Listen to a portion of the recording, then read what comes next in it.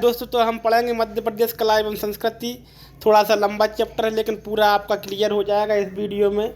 बहुत सारा मटेरियल है, पूरा का पूरा कला संस्कृति के अंतर्गत जो भी आता है पूरा का पूरा आपको पढ़ा दिया जाएगा। इसमें लोक गायन, ठीक है, लोक नाट्य, लोक चित्रकला, शिल्पकला व हस्तकला, मेले, पर्व, उत्सव, लोक नृत्य, सभी चीज़ें जो है इसमें आ जाएंगी।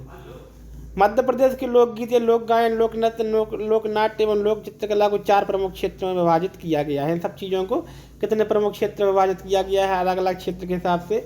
निमाड़ क्षेत्र, मालवा क्षेत्र, बुंदेलखंड क्षेत्र, बघेलखंड क्षेत्र।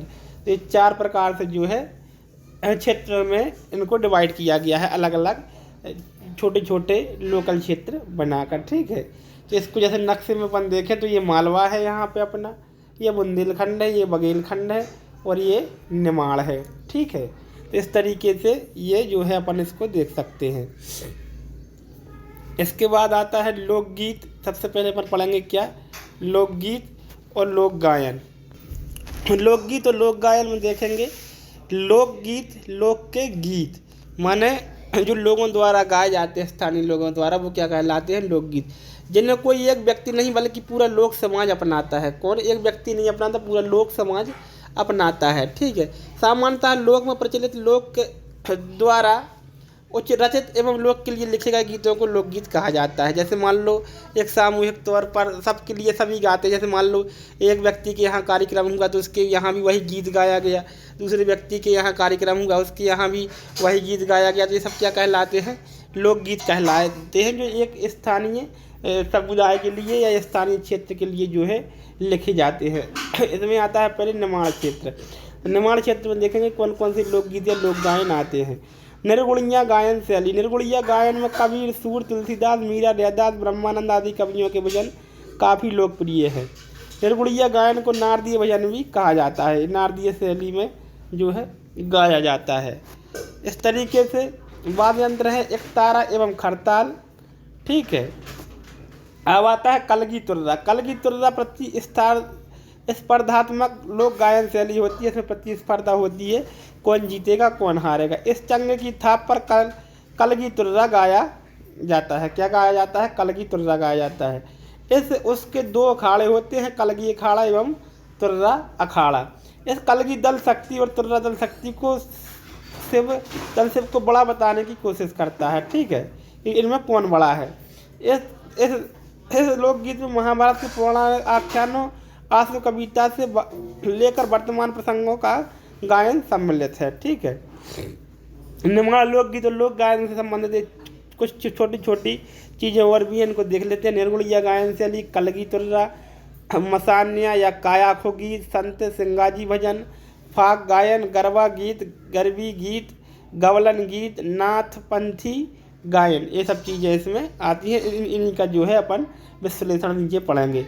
अब मसान्या या कयाखो गीत। निमाड़ में मृत्यु गीतों को मसान्या अथवा कखायो गीत कहते हैं, जो मृत्यु के समय होते हैं। यह गीत आत्मा की अमरता एवं शरीर की नश्वरता संबंधी पारस्परिक गीत हैं, ठीक है, कि आत्मा अमर है और शरीर जो है नश्वर है, इसके संबंध में जो है ये गीत गाए जाते हैं। संत सिंगाजी भजन। इनके भजनों को समूचे निमाड़ में मालवा के कुछ क्षेत्रों में गाया जाता है। पूरे निमाड़ में और मालवा के कुछ क्षेत्रों में इन सब चीज़ों को जो है गाया जाता है। फाग गायन। होली के अवसर पर निमाड़ क्षेत्र में फाग गायन किया जाता है। फाग गाई जाती है। कब गाई जाती है? ये होली के समय। गरबा गीत। गरबा स्त्री परक लोक गायन है, जो दुर्गा देवी के अनुष्ठान में मुख्य रूप से निमाड़ क्षेत्र में गाया जाता है। यह गीत मुख्य रूप से नवरात्र के अवसर पर देवी के भक्ति गीत के रूप में गाया जाता है। नवरात्रि में जो है गरबा होता है, ठीक है। आता है गरबी गीत। गरबी प्रायः पुरुष परक लोक गायन है। इसे झांझ मृदंग के साथ गाया जाता है। झांझ या गाय के साथ गाया जाता है, मृदंग के साथ जो है गाया जाता है। अब आता है गवलन गीत। गवलन गीत जो होता है, गवलन मूलतः कृष्ण लीला गीत है। इसमें कृष्ण की लीलाएं गाई जाती हैं, बाल लीलाएं गाई जाती हैं, विवाह संबंधी लीलाएं गाई जाती हैं। पूरी जीवन शैली का इसका जो है वर्णन किया जाता है। गवलन गीतों का मुख्य उपयोग रास लीला में किया जाता है। काय में किया जाता है? रास लीला में। नाथपंथी गायन। नाथपंथी गायन निमाड़ांचल क्षेत्र में प्रचलित है। इसे प्रायः सुबह के समय गाया जाता है, जिसकी विषय वस्तु प्रायः गोरख की कथा, कबीर के पद एवं भरथरी कथा का गायन से संबंधित होती है। ठीक है, नाथपंथी गायन में ये कबीर जो साहब है इनके पदों को मुख्य रूप से जो है गाया जाता है। ठीक है, अब आता है वाद्य में क्या है, इसमें रेखड़ी जो है बजाई जाती है। इसके बाद आता है मालवा क्षेत्र। मालवा क्षेत्र में कौन कौन से गायन होते हैं, भरथरी गायन। तो इसमें पहले हम इसका शेड्यूल देख लें और इसी को हम जो है आगे विश्लेषण करेंगे। मालवा लोकगीत या लोक गायन, भरथरी गायन, निर्गुणी भजन गायन, संजा गीत, हील गायन, बरसाती वार्ता, होली पर फाग, जन्माष्टमी पर कृष्ण लीला गीत, नवरात्रि में देवी गीत, होली पर फाग, जन्माष्टमी पर कृष्ण लीला गीत, नवरात्रि में देवी गीत। तो भरथरी गायन सबसे पहले पढ़ेंगे। मालवा में नाथ संप्रदाय के लोग चिंकारा पर भरथरी कथा गायन करते हैं। काय पर चिंकारा पर भरथरी कथा का गायन करते हैं। इसको कथा को गायकी के रूप में गाते हैं। चिंकारा नारियल की नट्टी, बांस और घोड़े के बालों से निर्मित पारस्परिक वाद्य यंत्र होता है। ये चिंकारा जो होता है जिसमें भरथरी गायन करते हैं, इसमें नारियल की नट्टी लगी होती है। ठीक है, और बांस और घोड़े के बालों से निर्मित एक पारस्परिक एक प्रकार का वाद्य यंत्र होता है जिसको चिंकारा कहते हैं। तो ये पूछा जाता है चिंकारा कहाँ संबंधित है, तो भरथरी गायन मालवा क्षेत्र से संबंधित है। निर्गुणी भजन गायन, मालवा की निर्गुणी लोकपथ पर गायन परंपरा बहुत पुरानी है। इन भजनों में कबीर के अध्यात्म की छाप होती है। ठीक है, निरंकार को जो है इसमें पूजा जाता है। ठीक है, कि जो ईश्वर है वो निरंकार है और उसकी कोई मूर्ति नहीं है और परमात्मा एक है जो अदृश्य है। संजा गीत, संजा गीत मूलतः मालवा की पारंपरिक गायन पद्धति है जो बहुत परंपरा रूप से बहुत कई वर्षों से चली आ रही, कई पीढ़ियों से। यह युवा लड़कियों के समूह द्वारा गाया जाने वाला गीत है। जो युवा लड़कियां होती हैं, किशोर लड़कियां होती हैं, वो इसको सामूहिक रूप से गाती हैं। यह गीत पितृपक्ष के दौरान संध्या काल में संध्या पर्व के अवसर पर गाया जाता है। जब पितृपक्ष लगता है तो उस समय संध्या काल होता है, जो शाम का समय होता है। ठीक है, जिसमें संध्या बंदन किया जाता है, वहाँ पर संध्या पर्व के अवसर पर मनाया जाता है। संध्या को संध्या भी कहा जाता है। ठीक है, हमारे यहाँ भी संध्या ही कहा जाता है। हीड़ गायन मालवा के क्षेत्र में श्रावण के महीने में बिना वाद्य यंत्र के समूह में गाए जाने वाले लोकगीत को हीड़ गायन कहते हैं। हीड़ गायन मूलतः अहीरों के आवरान परक लोक आख्यान है, जिनमें कृषि संस्कृति की आंतरिक परतों का सूक्ष्म वर्णन मिलता है। इन सब चीज़ों का सूक्ष्म वर्णन इसमें मिलता है। ठीक है, और बिना वाद्य यंत्र के ये लोग जो है सामूहिक रूप से गाते हैं। बरसाती वार्ता, यह गीत मालवा क्षेत्र में बरसात के समय रात में गाया जाता है। बरसाती वार्ता होता है जो मालवा क्षेत्र में, जैसे बरसात का महीने आते हैं 15 जून से जुलाई, अगस्त, सितंबर, अक्टूबर तक जो होता है, तो इसमें रात में गाया जाता है। पानी गिर रहा है, वो लोग गा रहे, बरसाती वार्ता होते हैं। इसमें ऋतुओं के गीत, ऋतु कथाएं में 12 मासा गीत का सामूहिक गायन होता है। ऋतुओं के गीत गाए जाते हैं। कौन ऋतु कैसी है, उसके संबंध में क्या खाना चाहिए, क्या पहनना चाहिए, कैसे सोना चाहिए, इन सब चीज़ों को जो है वो गायन के रूप में बताते हैं और 12 मासा गीत भी गाते हैं। अब आता है बघेलखंड क्षेत्र। तो इसमें क्या क्या है इसका शेड्यूल देख लें अपन, फिर इसको पढ़ते हैं। इसमें है बसदेवा गायन, बरहा गायन, फागरा गायन और विदेशिया गायन। तो सबसे पहले पढ़ते हैं बसदेवा गायन। बसदेवा बघेलखंड का एक पारंपरिक गायन। कहाँ का है ये, बघेलखंड का है, लेकिन बुंदेलखंड में भी लोग आ जाते हैं सवेरे से मांगने के लिए चटकोली लेकर। तो इसको क्या कहते हैं, बसदेवा गायन।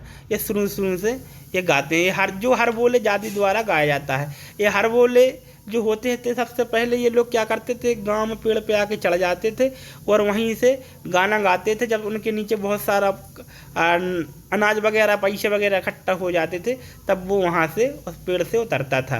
ठीक है, जैसे आपने सुना होगा, हर बुंदेले हर बोलों के में हमने सुनी कहानी थी, खूब लड़ी मर्दानी मैं तो झांसी वाली रानी थी। ठीक है, तो यही ये हर बोले हैं, यही बसदेवा गायन है ये। ठीक है, ऐसे ये इनका अलग शैली होती है गाने की और ये गाते हैं। इसमें भगवान श्री कृष्ण की मूर्ति सिर पर रखकर और पीला वस्त्र धारण कर रामायण कथा, कर्ण कथा, श्रवण कुमार आदि का चरित्र कथा गायन किया जाता है। भगवान के गीत जो है इसमें गाए जाते हैं। बिरहा गायन, बिरहा गीत प्रायः खेत, जंगल या खलिहानों में काम करते हुए सवाल जवाब के रूप में गाया जाता है। बिरहा गायन में क्या होता है, जैसे मान लो कटाई चल रही है, बोवनी चल रही है, बहुत सारे लोग आपस में काम कर रहे हैं, तो एक इस तरफ से सवाल करेगा, दूसरा जवाब देगा, फिर वो सवाल करेगा, वो जवाब देगा। ये गायन के रूप में सवाल जवाब होता है। ठीक है, ये गीत श्रृंगार रस से भरपूर विरह वाले होते हैं। श्रृंगार रस इसमें होता है, लेकिन कौन सा, विरह वाला श्रृंगार होता है, जिसमें नायक और नायिका बिछड़ते हैं। फाग गायन, बघेलखंड में नगाड़ों पर फाग गायन किया जाता है। जो नगाड़े होते हैं छोटी, जिसको नगड़िया भी बोलते हैं बुंदेली भाषा में, ठीक है, तो फाग गायन उस पर किया जाता है। इसका अलग ही मज़ा होता है गाने का, और बहुत ही अच्छे तरीके से इसको गाया जाता है। विदेशिया गायन, विदेशिया गायन पूरे बघेलखंड में गाया जाता है, कुछ क्षेत्रों तक सीमित नहीं है, कुछ जिलों तक, ये पूरे ही बघेलखंड में विदेशिया गायन गाया जाता है। गड़रिया, जो गाड़र पालते हैं, भेड़ पालते हैं, वो गड़रिया कहलाते हैं, उनकी एक जाति होती है। ठीक है, उनका काम करते हैं लोग। गड़रिया, तेली, कोटवार जाति के लोग विदेशिया गायन में दक्षता रखते हैं। इन लोगों को, तेली, कोटवार, गड़रिया, इन सब चीज़ों, इन जातियों को इनमें महारत हासिल होता है, बहुत ही अच्छे तरीके से विदेशिया गायन को ये लोग गा पाते हैं। एक गीत प्रायः रात में जंगल व सुनसान जगहों में समूहों में गाया जाता है। रात में जंगल में या सुनसान जगहों पे और शाम 2, 4, 10, 20 लोग इकट्ठा होकर इसको गाते हैं। इसमें नायक एवं नायिका के विरह एवं मिलन की इच्छा के प्रेम गीत होते हैं। इसमें बहुत ही अच्छे तरीके से कैसे नायक नायिका मिलते हैं उनके बारे में गीत होते हैं, और कैसे वो बिछड़ते हैं तो बिछड़ते समय उनमें क्या भावनाएं होती हैं, ये सब चीज़ें इसमें आते हैं। जो लंबे आलाप सहित एकल या सामूहिक रूप में गाए जाते हैं। बहुत ही लंबे आलाप जैसे जानते हैं, ऐसा बहुत समय तक लोग करते हैं और धीरे धीरे गाते हैं, फिर उनकी स्पीड बढ़ती है। इस तरीके से विदेशिया गायन जो है कहा जाता है। अब जो है हमारा अगला आएगा बुंदेलखंड क्षेत्र। ठीक है, ये बुंदेलखंड क्षेत्र हमारा भी है, तो इसको थोड़ा और गौर से पढ़िएगा। बुंदेलखंड में क्या गाया जाता है, आला गायन, बम्बुलिया या भोला गीत, ठीक है, इसको बाबा के गीत भी कहते हैं। बैरायट गायन, देवासी देवरी गायन, जगदेव का पुआरा और फाग गायन, इनको अपन विश्लेषण में पढ़ते हैं। आल्हा गायन, यह मुख्यतः बुंदेलखंड क्षेत्र में गाया जाता है। आल्हा आपने सुना होगा, इसमें आला उदल की कहानियाँ बहुत ज़्यादा होती हैं। ठीक है, मैहर की जो मैया है शारदा, वहाँ पर जो युद्ध का वर्णन होता है, उनके ऊपर भी बहुत सारे आल्हा गीत जो है बनाए गए हैं। ये मुख्यतः बुंदेलखंड क्षेत्र में गाया जाता है, जो वीर रस प्रधान काव्य पर आधारित होता है। इसमें वीर रस जो है भरा होता है, और इसको सुनते ही लोगों में खून में उबाल आ जाता है और लड़ने के लिए लोग तैयार हो जाते हैं। आला खंड की रचना लोक कवि याज्ञनिक ने लगभग 1000 वर्ष पहले की थी। आला खंड की रचना किसने की थी, लोक कवि जो याज्ञनिक थे, इनने लगभग 1000 वर्ष पहले की थी। आला खंड की मूल भाषा बुंदेली थी, इसलिए याज्ञनिक द्वारा लिखी आला उदल की 52 लड़ाइयाँ लोक कंठों में सहज रूप में स्थान पा सकी हैं। ठीक है, ये काय में थी, बुंदेली भाषा में थी 52 लड़ाइयाँ इनकी आला की। ठीक है, लोक कंठों में मतलब लोगों को याद हैं बहुत सारी लड़ाइयाँ, क्योंकि वो लोकगीत के रूप में थी, आला के रूप में सबने गाई और सुनी है। बम्बुलिया या भोला गीत, बम्बुलिया बुंदेलखंड की धार्मिक परंपरा के मधुर गीत हैं, जिन्हें लमटेरा भी कहा जाता है। बम्बुलिया या भोला गीत को क्या कहा जाता है, लमटेरा भी कहा जाता है। धार्मिक परंपरा के गीत जिनमें भगवान भोलेनाथ के और गीत इसमें गाए जाते हैं। यहाँ प्रायः श्रावण मास में शिवरात्रि, बसंत पंचमी, मकर संक्रांति जैसे अवसरों पर गाया जाता है। श्रावण मास, शिवरात्रि, बसंत पंचमी, मकर संक्रांति, ये चारों ही चीज़ें दोस्तों कैसे भगवान शिव से जो है संबंधित हैं। इसमें शिव पार्वती की भक्ति वाले भजन होते हैं। यह स्त्री पुरुषों के मध्य प्रश्नोत्तर शैली में गाया जाता है। यही प्रश्नोत्तर लमटेरा शैली में गाए जाते हैं और शिव पार्वती की भक्ति वाले गीत होते हैं।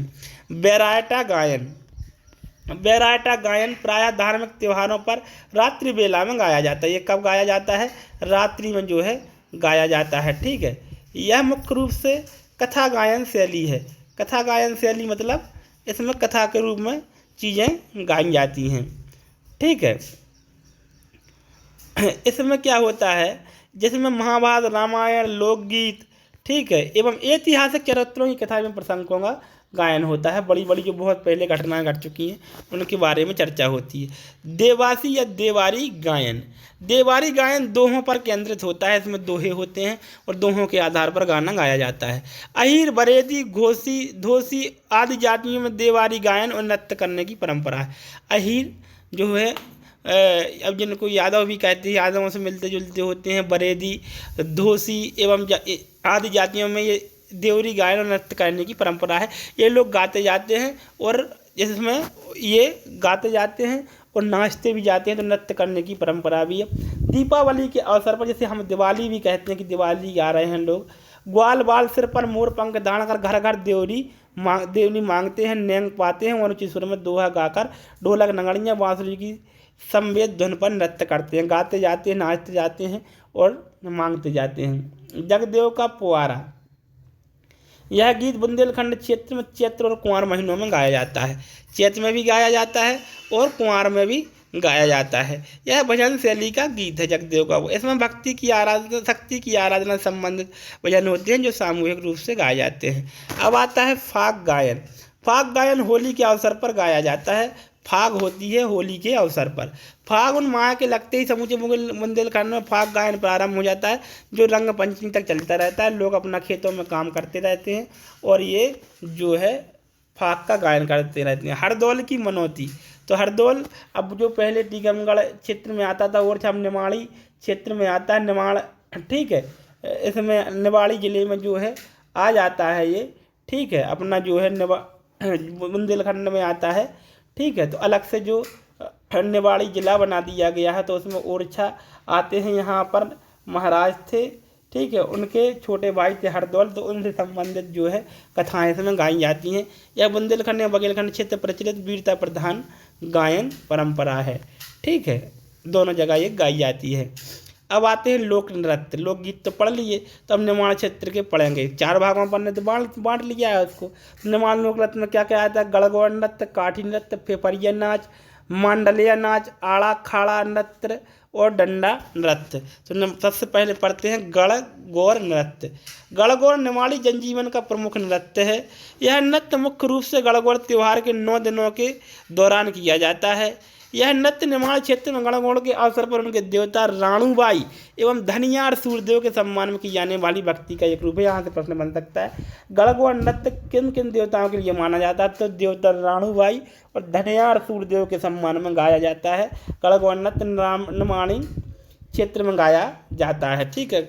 अब आता है इसमें वाद्य यंत्र कौन कौन से नृत्य में मुख्य वाद्य यंत्र ढोल और थाली होती है। इसमें थाली बजाते हैं, ढपली जिसको बोलते हैं, और ढोल भी बजाया जाता है। अब आता है काठी नृत्य।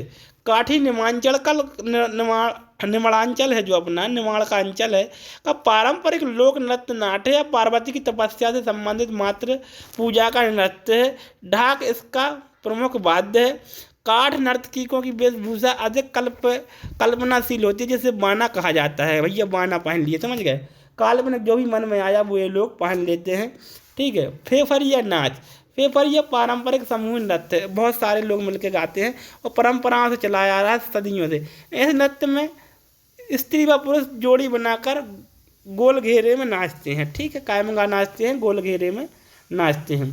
फेफरिया वाद्य काल इस नाच का नाम फेफरिया नाच पड़ा। इसमें फेफरिया बजाई जाती है, इसलिए ये फेफरिया नाच कहा जाता है।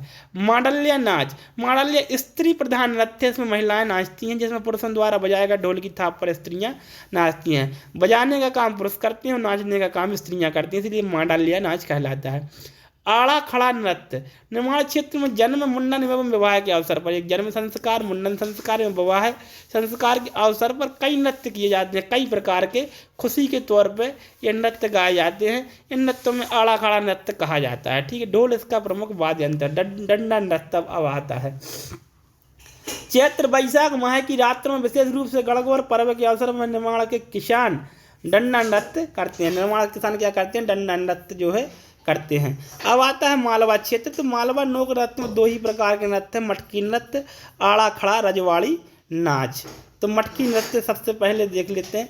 मटकी मालवा का एक समुदाय नृत्य, जैसे महिला विभिन्न अवसरों विशेषकर सगाई विवाह पर पेश करती हैं मटकी नृत्य। बहुत सारी महिलाएं एक साथ नाचती हैं। ढोल या ढोलक की एक खास लय जो मटकी के नाम से जानी जाती है, उसकी थाप पर यह नृत्य किया जाता है। उन्होंने कहा भैया मटकी बजाओ, अलग ही प्रकार से उसका जो है वादन किया जाता है। मटकी ताल के कारण इस नृत्य का नाम मटकी नृत्य पड़ा। आड़ा खड़ा रजवाड़ी नाच। आड़ा खड़ा रजवाड़ी नाच की परंपरा किसी भी अवसर पर समूचे मालवा में देखी जा सकती है, परंतु विवाह में तो मंडप के नीचे आड़ा खड़ा रजवाड़ी नाच अवश्य किया जाता है। ठीक है, विवाह के समय किया जाता है। मंडप के नीचे कौन सा नाच किया जाता है? तो आड़ा खड़ा रजवाड़ी नाच किया जाता है मालवा क्षेत्र में। ढोल के पारंपरिक कहरवा, दादरा आदि तालों पर आड़ा खड़ा रजवाड़ी नाच किया जाता है। ये बहुत ही शानदार जो वादन कला होती है, कहरवा और दादरा, लोग इसको सुनते ही जो है झूम उठते हैं। अब अपन देखते हैं बघेलखंड क्षेत्र में कितने प्रकार के लोक नृत्य हैं।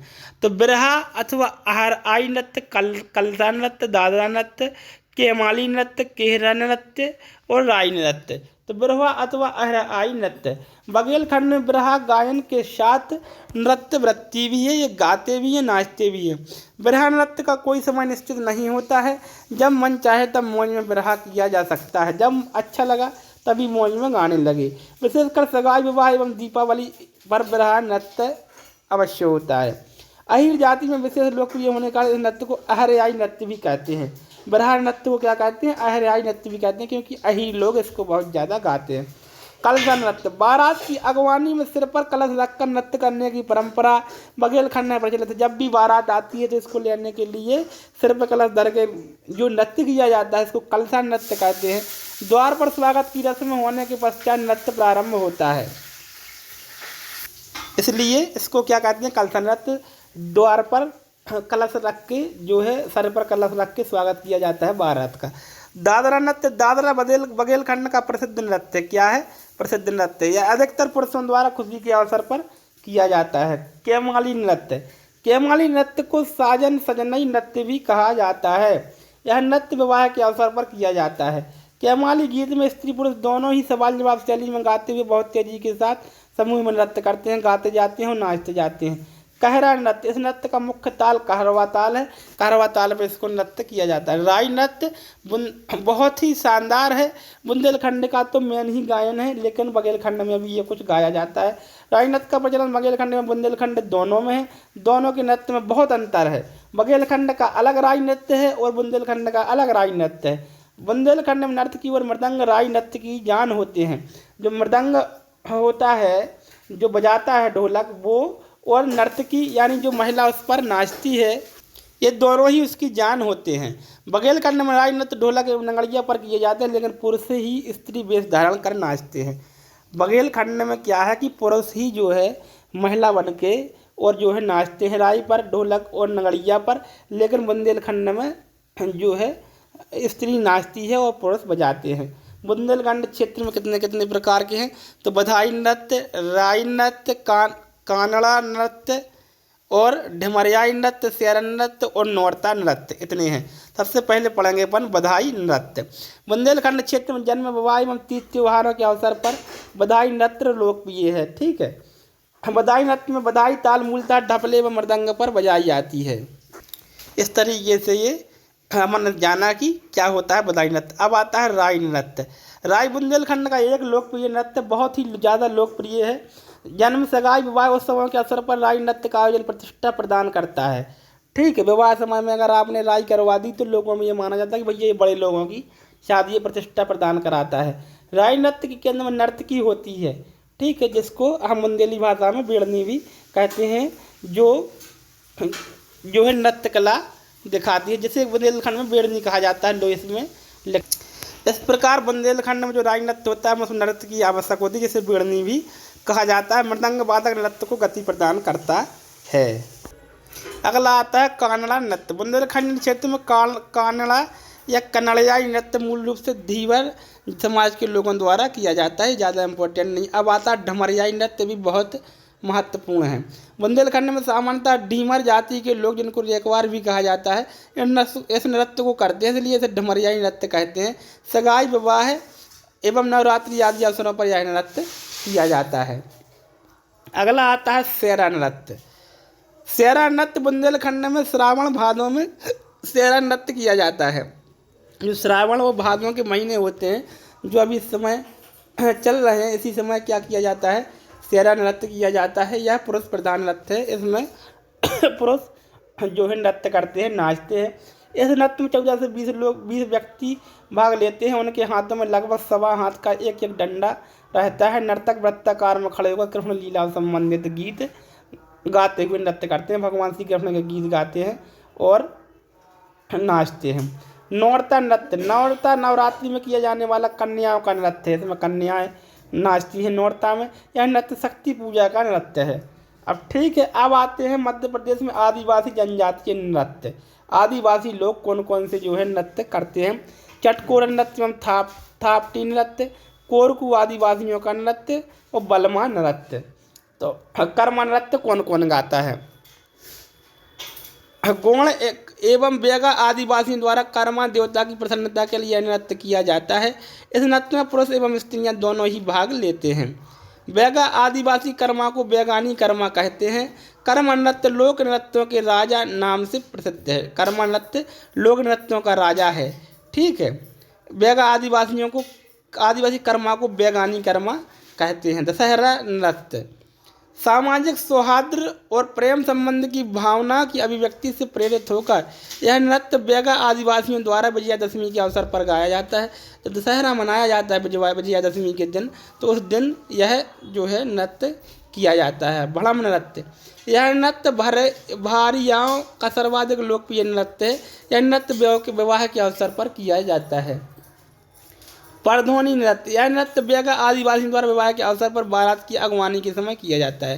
जो बेगा आदिवासी होते हैं, विवाह के अवसर पर बारात की अगवानी के लिए ये परधोनी नृत्य गाते हैं। भगौरिया नृत्य, यह भीलों द्वारा किया जाने वाला नृत्य है। फाल्गुन मास में पड़ने वाले भगौरिया पर्व के कारण इसका नाम भगौरिया नृत्य पड़ा है। ठीक है, क्यों? क्योंकि ये फाल्गुन मास में भगौरिया के पर्व गाया थी, भगौरिया नृत्य। आता है शैल नृत्य। गौड़ कर्मा आदिवासी क्षेत्र में शीत ऋतु की रातों में अपने आराध्य आदि देव को प्रसन्न कर कृपा प्राप्त करने के लिए शैला नृत्य किया जाता है। यह नृत्य बेगा जनजाति के द्वारा भी किया जाता है। शैतम नृत्य, छिंदवाड़ा एवं जबलपुर जिलों की भारिया आदिवासी महिलाओं द्वारा विवाह के शुभ अवसर पर शैतम नृत्य किया जाता है। कहाँ? छिंदवाड़ा और जबलपुर जिलों की भारिया आदिवासी महिलाओं द्वारा विवाह के समय पर शैतम नृत्य किया जाता है। सरहुल नृत्य, यह ओराव जनजाति का सर्वाधिक महत्वपूर्ण एवं पारंपरिक नृत्य है। यह जनजाति साल सराई वृक्ष में अपने ग्राम देवता का निवास मानती हैं, इसलिए वर्ष में एक बार चैत्र मास की पूर्णिमा को साल वृक्ष की पूजा करती हैं और वृक्ष के आसपास नृत्य करती हैं। इसलिए इसे क्या कहा जाता है? सरहुल नृत्य कहा जाता है। अटारी नृत्य, बुंदेलखंड क्षेत्र में भूमिया और बेगाव द्वारा पर्व के त्योहारों के अवसर पर यह नृत्य किया जाता है। अटारी नृत्य, ठीक, बुंदेलखंड क्षेत्र में किया जाता है, ये बुंदेलखंड में नहीं किया जाता है। आता है रीना नृत्य, बेगा तथा गौड़ स्त्रियों का दीपावली के बाद किया जाने वाला नृत्य है। दीपावली के बाद जो बेगा और गौड़ स्त्रियाँ करती हैं, इसको रीना नृत्य कहते हैं। डोहा नृत्य भील जनजाति द्वारा किया जाता है। भील जनजाति द्वारा इस नृत्य को भील नृत्यों का गजरा कहा जाता है। कहरवा नृत्य विवाह के अवसर पर प्रतिदिन रात्रि में गौड़ जनजाति द्वारा सामूहिक रूप में किया जाता है। दहका नृत्य कोल जनजाति के द्वारा किया जाता है। डांडरिया नृत्य बेगा जनजाति द्वारा विजयादशमी के अवसर पर डांडरिया नृत्य का आयोजन किया जाता है। प्रेम प्रसंग पर आधारित नृत्य बेगा आदिवासी द्वारा यह नृत्य किया जाता है। कोई ज़्यादा इम्पोर्टेंट यहाँ पर नहीं है।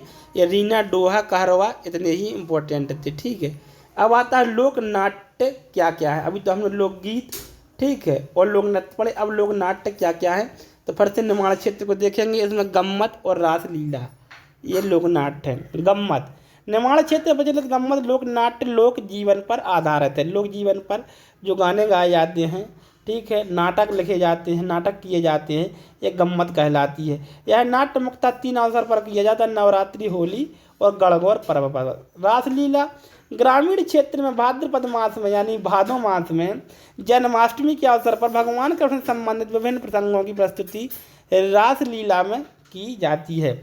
यह नाट्य गीत, नृत्य एवं संगीत का समन्वय होता है।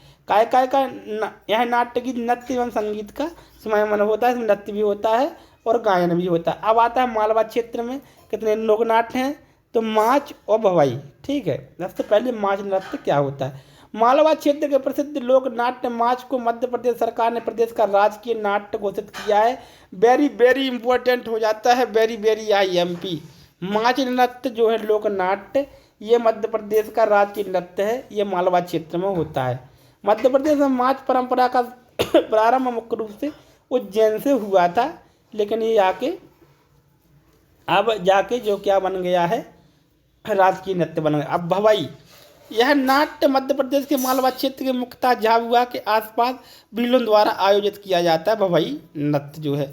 अब आता है बवल जो है बघेलखंड क्षेत्र के लोक नाट्य क्या क्या है। छाहोर, ठीक है, मनसुखा, हिंगोला, जिंदवा जिसको बहलोल भी कहते हैं, लकड़बग्गा, रास, रामलीला और नौटंकी। तो छाहोर बघेलखंड में कृषक जातियों का लोक नाट्य है। जो जातियाँ खेती करती हैं वो छाहोर गीत गाती हैं। इसमें किसी मंच की भी जरूरत नहीं होती। गांव के चौराहे अथवा चौपाल पर या घर के आंगन में छाहोर नाट्य किया जा सकता है। दीपावली पर्व से लेकर गोप अष्टमी तक अहीर, तेली एवं कुमार जाति के लोग छाहर नाट्य आयोजित करते हैं। जिदम्बा या बहलोल, यह मूलतः महिला नाट्य जिसका आयोजन विवाह के अवसर पर किया जाता है। बहलोल जिंदबा, यह स्त्रियों द्वारा विभिन्न अवसरों पर हास्य परिहास के साथ अभिनय एवं गायन सहित किया जाता है। हास्य परिहास किया जाता है, अभिनय किया जाता है, मतलब इसमें रोल किए जाते हैं, भूमिकाएं निभाई जाती हैं और गायन सहित ये किया जाता है। पुरुषों के नाट्य देखने पर उन्हें झाड़ू एवं मूसलों की मार पड़ती है। जिंदबा बहलोल, अगर पुरुषों ने उन महिलाओं का, स्त्रियों का नाट्य देख लिया तो वो झाड़ू और मूसलों से इनको जो है मारपीट करती हैं। आता है लकड़बग्गा नाट्य विवाह के पश्चात बघेलखंड क्षेत्र के आदिवासी व्यक्तियों द्वारा एक खुले मंच पर किया जाता है। रास, बघेलखंड के ग्रामीण क्षेत्र में राधा कृष्ण एवं गोपियों के प्रसंगों यानी कृष्ण लीला को रास नाट्य के रूप में प्रस्तुत किया जाता है, इसे रास कहते हैं। आती है नौटंकी बघेलखंड एवं बुंदेलखंड के क्षेत्र में लोकप्रिय नाट्य जो है। इसके बाद आता है बुंदेलखंड लोक नाट्य। इसमें स्वांग, भैया कई स्वांग न बनाओ, ठीक है। बुंदेली नौटंकी न करो और अखाड़ा न रोपो, ठीक है। ये जो 3 चीज़ें होती हैं ये हमारे लोक नाट्य हैं, जिनको हम परिहास की दृष्टि से भी लोगों पर कभी कभी जो है थोप देते हैं, ठीक है। ज़्यादा जिसने ड्रामा की वजह से भैया क्या बोल दे, ज़्यादा स्वांग ना बनाओ यार, ठीक है। ज़्यादा नौटंकी ना करो, और अगर अड़ाई से लोग अगर करते हैं तो उनसे बोलते हैं भैया अखाड़ा रोपने की आवश्यकता नहीं है, बातचीत से जो है काम सुलझा लो। तो स्वांग सबसे पहले। बुंदेलखंड का पारंपरिक लोक नाट्य स्वांग गायन एवं अभिनय दोनों पर आधारित। इसमें अभिनय भी किया जाता है, मतलब एक्टिंग भी की जाती है और गायन भी किया जाता है। स्वांग विभिन्न त्योहार, उत्सव एवं अवसरों पर प्रस्तुत किया जाता है। इसके विषय सामाजिक कुरीतियों और सामाजिक घटनाओं से संबंधित होते हैं। समाज में क्या क्या बुराइयां हैं, कुरीतियां हैं और क्या क्या घटनाएं घट रही हैं, उन पर आधारित होता है स्वांग। अधिकांश क्षेत्र में स्वांग प्राय राई की फसल फंसने के पश्चात किया जाता है। राई या जिसको अपन क्या बोलते हैं हमारे बुंदेलखंड में लहा भी बोला जाता है जिसको। बुंदेली नौटंकी, यह बुंदेलखंड क्षेत्र का प्रसिद्ध लोक नाट्य है। अखाड़ा, बुंदेलखंड में अखाड़ा व्यायाम शौर्य प्रदर्शन हेतु किया जाता है कि व्यायाम कौन कितना करके जानता है। इसमें प्रमुख रूप से शारीरिक गतिविधियों का प्रदर्शन किया जाता है। मध्य प्रदेश के अन्य प्रमुख लोक नाट्य कौन कौन से हैं इनको अपन जो है देख लेते हैं। पंडवानी लोकनाट्य मुख्य रूप से छत्तीसगढ़ में देखने को मिलता है, लेकिन मध्य प्रदेश के शहडोल, अनूपपुर और बालाघाट जिले में भी यह लोकनाट्य किया जाता है। पंडवानी। खम्ब स्वांग, कोरकू जनजाति के द्वारा इस नाट्य का आयोजन किया जाता है। अब आते हैं लोक चित्रकला पर। तो लोक चित्रकला क्या क्या है तो देखते हैं। निमाड़ क्षेत्र में कौन कौन सी चित्रकला है। पगल्या, जिरौती, दशहरा, नागपंचमी, ईरत, कंचारी, भरना, थापा, मांडना और मोरधन। तो पगल्या, निमाड़ में नवजात शिशु के जन्म के अवसर पर पगल्या बनाकर भेजे जाने वाला का रिवाज है। पगल्या बनाकर इसको भेजते इसलिए पगल्या चित्रकला है, ठीक है। सर्वप्रथम लाल या गुलाबी रंग के कागज पर सुंदर बॉर्डर बनाकर फूल पत्तियों से आलेखन किया जाता है, यह पगल्या कहलाता है। मध्य भाग में बच्चे के पद चिन्ह प्रतीकात्मक रूप से बनाए जाते हैं, इसे क्या कहते हैं, पगल्या चित्रकला कहते हैं। ये निमाड़ क्षेत्र में पाई जाती है। जिरौती, इस चित्र हरियाली अमावस्या के अवसर पर बनाया जाता है, ठीक है। हरियाली अमावस्या जब होती है शुरू में, जब बरसात के शुरू की जो अमावस्या होती है जिसमें खेतों में या ज़मीन पर घास उगाती है, हरी हरी घास दिखने लगती है, तो इसे हरियाली अमावस्या कहा जाता है। निर्माण क्षेत्र में दशहरे के दिन दशहरे का चित्र बनाकर उसकी पूजा की जाती है। दशहरे का चित्र केवल सफेद रंग से भूमि पर बनाया जाता है, इसलिए दशहरा चित्र कहलाता है। नाग पंचमी निर्माण में नाग पंचमी के दिन नाग देवता का भित्ति चित्र बनाकर पूजा की जाती है। निर्माण में विवाह के मध्य समय कुलदेवी का भित्ति चित्र बनाकर उनकी भी पूजा की जाती है। ईरत निर्माण में विवाह के समय कुलदेवी का भित्ति चित्र बनाकर उनकी पूजा की जाती है, इसलिए इसे ईरत कहते हैं।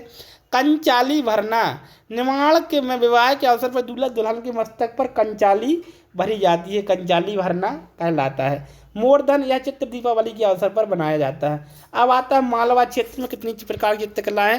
संज्ञा, चित्रावन, सवनाहरी, मांडना और दिवासा।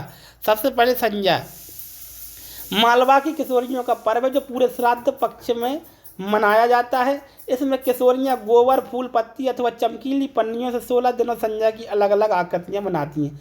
16 दिन क्या बनाती हैं? अलग अलग संध्या की संध्या बंधन की आकृतियाँ बनाती हैं। ये संध्या चित्र कहलाता है। अंतिम दिन सुंदर किला कोट बनाया जाता है। ठीक है। मांडना यह दीपावली एवं भाई दूज के अवसर पर बनाई जाती है। दीपावली एवं भाई दूज के अवसर पर क्या बनाई जाती है? मांडना बनाई जाती है। चित्रावन चित्रे जाति के द्वारा घर पर मंदिर की दीवारों पर चित्रावन उत्कीर्ण की जाती है, चित्रावन चित्रकला है। सवनाही चित्रकला श्रावण मास में हरि तालिका पर्व के अवसर पर गोबर से बनाई जाती है, ये सवनाही कहलाती है। बघेलखंड क्षेत्र में क्या क्या आता है तो इसको देख लेते हैं। इसमें कोहबर, तिलंगा, छठी चित्र, नेउरा नमे, मोरीला, नाग भित्ति चित्र। तो जो है कोहबर चित्र विवाह के अवसर पर मनाया जाता है, जिसकी पूजा विवाहित युगल द्वारा की जाती है। जो जोड़ा होता है विवाह का आता है, ठीक है, इसके द्वारा इसकी पूजा की जाती है।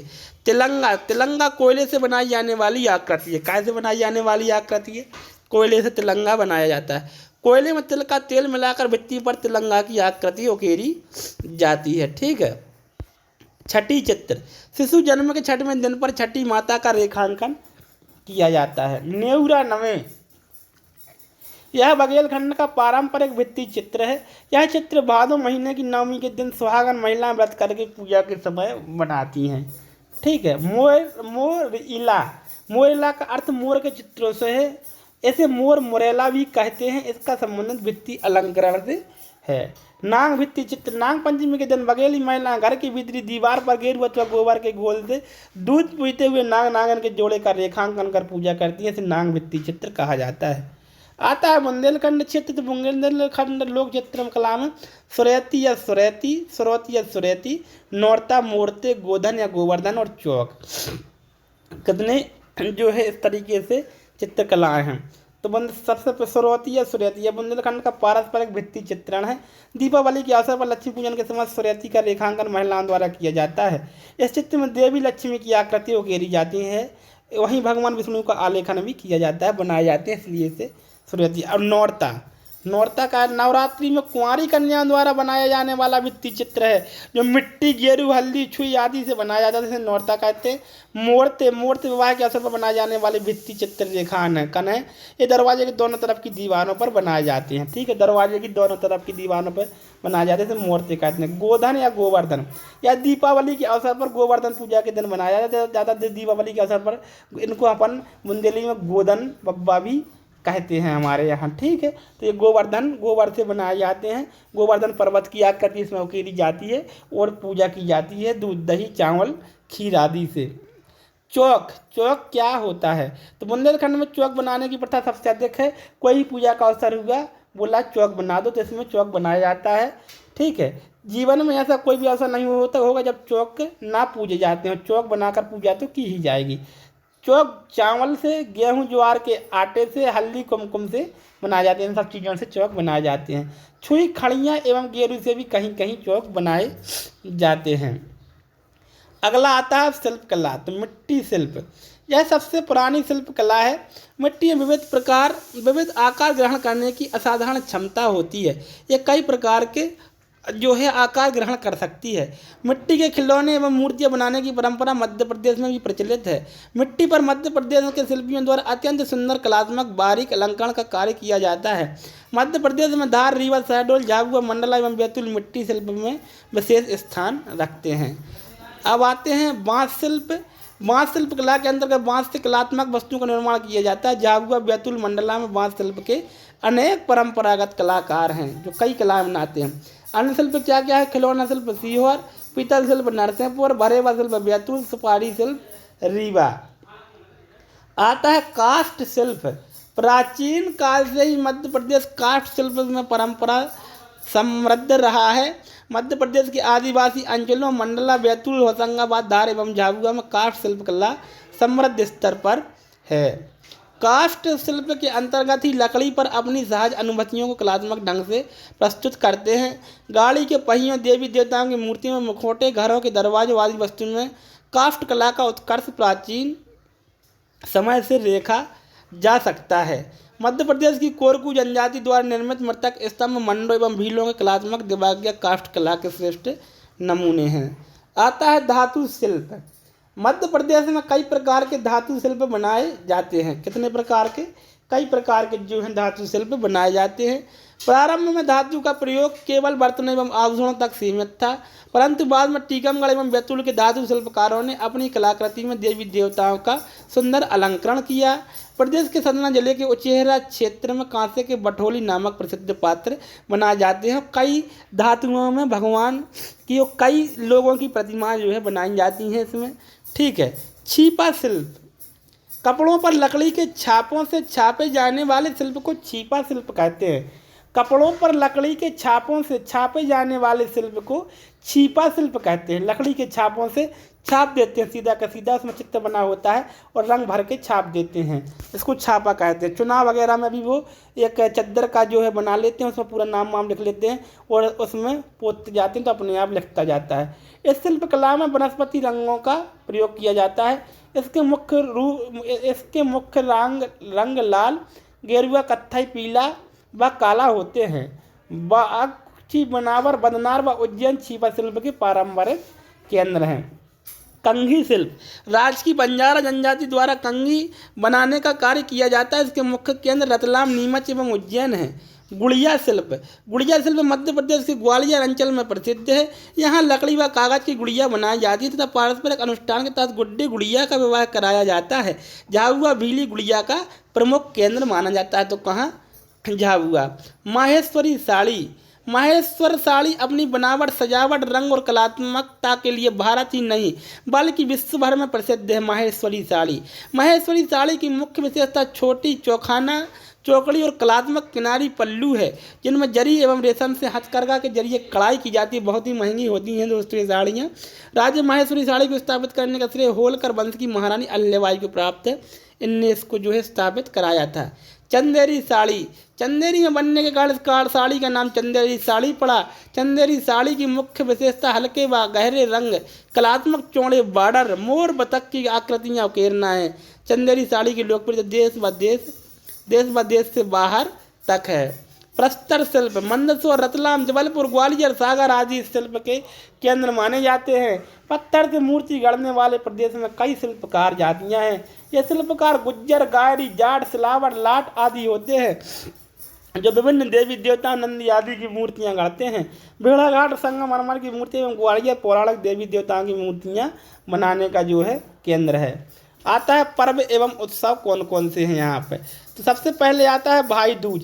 यह त्यौहार प्रतिवर्ष 2 बार मनाया जाता है। चैत्र मास में होली के बाद एवं कार्तिक माह में दीपावली के अगले दिन ही, होली के अगले दिन भाई दूज होता है। यह रक्षाबंधन की तरह ही एक त्यौहार जिसमें बहनें अपने भाइयों को कुमकुम, चावल, हल्दी से तिलक करती हैं। गणगौर महिलाओं का पर्व एवं पर्व में शिव तथा पार्वती की पूजा की जाती है। ठीक है। गणगौर में क्या किया जाता है? शिव और पार्वती की पूजा की जाती है। यह पर्व वर्ष में 2 बार मनाया जाता है। चैत्र माह, मार्च अप्रैल एवं भाद्रपद माह में। इस त्यौहार पर स्त्रियां शिव पार्वती की प्रतिमा बनाती हैं, फिर उनकी पूजा की जाती है। पूजा के दौरान महिला नृत्य करती हैं, बतासे बांटती हैं, प्रतिमाओं को जलाशय या नदी में विसर्जित करती हैं।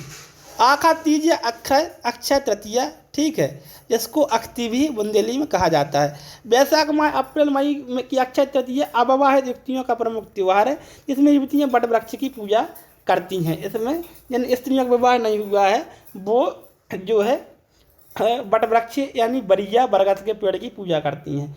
गोवर्धन पूजा दीपावली के दूसरे दिन गोवर्धन पूजा आयोजित होती है। यह पूजा मुख्य रूप से गोवर्धन पर्वत एवं गोधन से संबंधित है। इसमें महिलाएं गोबर की सहायता से जमीन पर पर्वत और बैलों की आकृतियां बनाती हैं। ये गोवर्धन पूजा कहलाती है। लारू काज, गोंड जनजाति का प्रमुख पर्व लारू काज नारायण देव के सम्मान में मनाया जाता है। इस उत्सव को सुअर के विवाह का प्रतीक माना जाता है। मानता है इसकी पर्व के परिवार में सुख समृद्धि और संपन्नता बनी रहती है। नीरजा या नौरता, दशहरे के पूर्व नवरात्रि में 9 दिनों तक महिलाओं द्वारा यह उत्सव मनाया जाता है। यह उत्सव के अवसर पर महिलाएं दुर्गा माता की पूजा करती हैं। इसे नौरता कहते हैं। दशहरा इसे विजयादशमी भी कहा जाता है। इसे भगवान राम की रावण पर विजय के रूप में मनाया जाता है। बुंदेलखंड में इस अवसर पर लोग एक दूसरे के घर घर जाकर गले मिलते हैं और पान खिलाते हैं। दशहरा में पान खिलाना बहुत ही शुभ माना जाता है। होली, यह पर्व फागुन मास की पूर्णिमा को मनाया जाता है। इस त्यौहार को सभी वर्गों के लोगों द्वारा सब मनाते हैं। होली को इस दिन लोग तरह तरह के स्वांग रचा कर रंग खेलते हैं। इस पर्व के एक दिन पहले होलिका का दहन किया जाता है। इसमें लोग सामूहिक तौर पर गांव में होलियां जलाते हैं। भगोरिया पर्व, मालवा क्षेत्र के बीलों का यह प्रिय उत्सव फाल्गुन मास में मनाया जाता है। इसकी विशेषता यह है कि इस पर्व में भीली युवतियों को अपने जीवन साथी का चुनाव करने का अवसर मिलता है। मेघनाथ, यह पर्व गोंड आदिवासियों द्वारा फाल्गुन मास के पहले पक्ष में मनाया जाता है। ठीक है, अगला आता है हरेली। यह किसानों का महत्वपूर्ण पर्व है जिसमें कृषि उपकरणों की पूजा की जाती है। ठीक है, क्या की जाती है? कृषि उपकरणों की पूजा की जाती है। यह पर्व श्रावण अमावस्या को मनाया जाता है। जो सावन मास की अमावस्या होती है उनको मनाया जाता है। मालवा क्षेत्र में से हार या गोधा भी कहा जाता है। महिलाएं इस दिन व्रत रखती हैं। गंगा दशमी या गंगा दशहरा, ठीक है, यह उत्सव ज्येष्ठ मई जून माह में शुक्ल पक्ष की दशमी तिथि को पड़ता है। यह त्यौहार आदिवासियों एवं गैर आदिवासियों द्वारा खाने पीने और मौज करने के लिए मनाया जाता है। इसका धर्म में से प्रत्यक्ष संबंध नहीं है। गंगा दशमी का लोग इस दिन नदी किनारे अपने परिवार के साथ नाचते खाते पीते तरह तरह के खेल या पिकनिक का आनंद उठाते हैं। संजा पर्व या मामूलिया, यह मालवा क्षेत्र में अविवाहित युवतियों का उत्सव है। लड़कियां पितृपक्ष में प्रतिदिन दीवार पर गोबर एवं फूल पत्ती से नई नई आकृतियां बनाती हैं और शाम को एकत्रित होकर संजा माई के गीत गाती हैं। बुंदेलखंड क्षेत्र में भी कुंवारी युवतियों का ऐसा ही एक पर्व जिसे मामूलिया कहते हैं। ठीक है, मामूलिया में वृक्ष की टहनी या झाड़ी विशेष रूप से नींबू की रंगीन कपड़ा और ओढ़नी उड़ाकर फूलों से सजाया जाता है। शाम को इसे मंगल गीत गाते हुए नदी जलाशय के पानी में विसर्जित कर दिया जाता है। डोल ग्यारस, भाद्रपद बाद में माह की शुक्ल पक्ष एकादशी के दिन संपूर्ण मध्य प्रदेश एवं विशेष रूप से नेवाड़ व मालवा क्षेत्र में डोल ग्यारस पर्व मनाया जाता है। घड़लिया पर्व, नवरात्रि के 9 दिनों में लड़कियां घड़लिया पर्व भी मनाती हैं। समूह में लड़कियां एक लड़के के सिर पर छिद्र युक्त घड़ा रखती हैं जिसमें दीपक जल रहा होता है। फिर लड़कियां समूह में दरवाजे जाती हैं और अनाज या पैसा एकत्रित करती हैं। घड़लिया पर्व कहते हैं। सुआटा या सुआरा, बुंदेलखंड क्षेत्र का सुआरा पर्व मालवा के घड़लिया की तरह ही है। इस पर्व पर एक राक्षस की प्रतिमा दीवार से लगे चबूतरे पर बैठाई जाती है। फिर शिवजी पार्वती की प्रतिमा राक्षस के सिर पर रखी जाती। राक्षस के सिर पर क्या रखा जाता है? शिवजी और पार्वती जी की प्रतिमाएं रखी जाती हैं। दीवार पर सूर्य और चंद्रमा बनाए जाते हैं। इसके बाद लड़कियां पूजा करती हैं और गीत गाती हैं। नवान्न पर्व, बुंदेलखंड में फसल पकने पर दीपावली के 11वें दिन यह पर्व मनाया जाता है। इस दिन गन्ना तथा ज्वार की पूजा की जाती है। नवान्न पर्व कहते हैं। रसावना, यह पर्व मंडला जिले के बेगाओं द्वारा आदि पुरुष नंगा बेगा की स्मृति में मनाया जाता है। इस पर्व में बेगा लोग मधुमक्खियों की पूजा करते हैं रसनवा में। ठीक है। मड़ई गोंड एवं उनकी उपजातियों का पर्व है। यह मंडला एवं डिंडोरी जिलों में मनाया जाता है। मड़ई, ठीक है। सांस्कृतिक समारोह कौन कौन से होते हैं तो इनको अपन देखते हैं।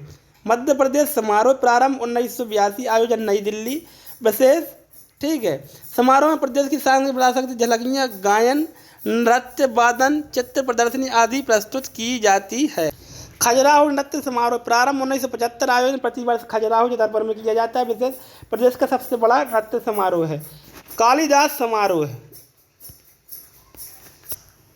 कालिदास समारोह आयोजन उज्जैन, विशेष समारोह 1 सप्ताह तक चलता है। तानसेन समारोह प्रारंभ 1980, आयोजन प्रतिवर्ष ग्वालियर में किया जाता है। विशेष क्या है? इसमें देश के शीर्ष संगीतज्ञ गायक एवं वादक सम्मिलित होते हैं और इसको बहुत ही अच्छे तरीके से मनाते हैं। उस्ताद अलाउद्दीन खां संगीत समारोह आयोजन मैहर या सतना, मैहर जो सतना में आता है। वैसे इसका मुख्य आकर्षण अलाउद्दीन खान द्वारा स्थापित मैहर बैंड है। ओरछा उत्सव आयोजन ओरछा निमाड़ी वैसे जैसे बुंदेलखंड के कलाकारों द्वारा नृत्य, गायन एवं वादन आदि को प्रस्तुत किया जाता है। ठीक है। उस्ताद आमिर खां संगीत समारोह आयोजन इंदौर विशेष इसमें जिसके प्रमुख सांस्कृतिक एवं शास्त्रीय संगीत से जुड़ी हस्तियां सम्मानित होती हैं। दुर्लभ वाद विनोद समारोह आयोजन भोपाल विशेष इस समारोह में प्राचीन से लेकर वर्तमान तक के वाद्य यंत्रों का प्रदर्शन होता है। ठीक है। मालवा उत्सव आयोजन इंदौर, उज्जैन एवं मांडू इसमें मालवा शैली के नृत्य प्रस्तुत किए जाते हैं। किशोर कुमार समारोह आयोजन खंडवा विशेष प्रसिद्ध गायक किशोर कुमार की स्मृति में।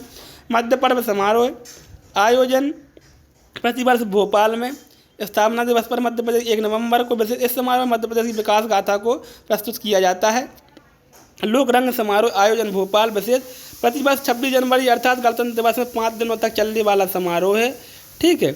इस तरीके से ये हमने पढ़े। मध्य प्रदेश के प्रमुख मेले कौन कौन से हैं तो इनको अपन पढ़ते हैं। सिंहस्थ कुंभ का मेला उज्जैन जिले में क्षिप्रा नदी के तट पर प्रत्येक 12 वर्ष बाद चैत्र मास की पूर्णिमा में से वैशाख पूर्णिमा तक सिंहस्थ कुंभ मेले का आयोजन किया जाता है।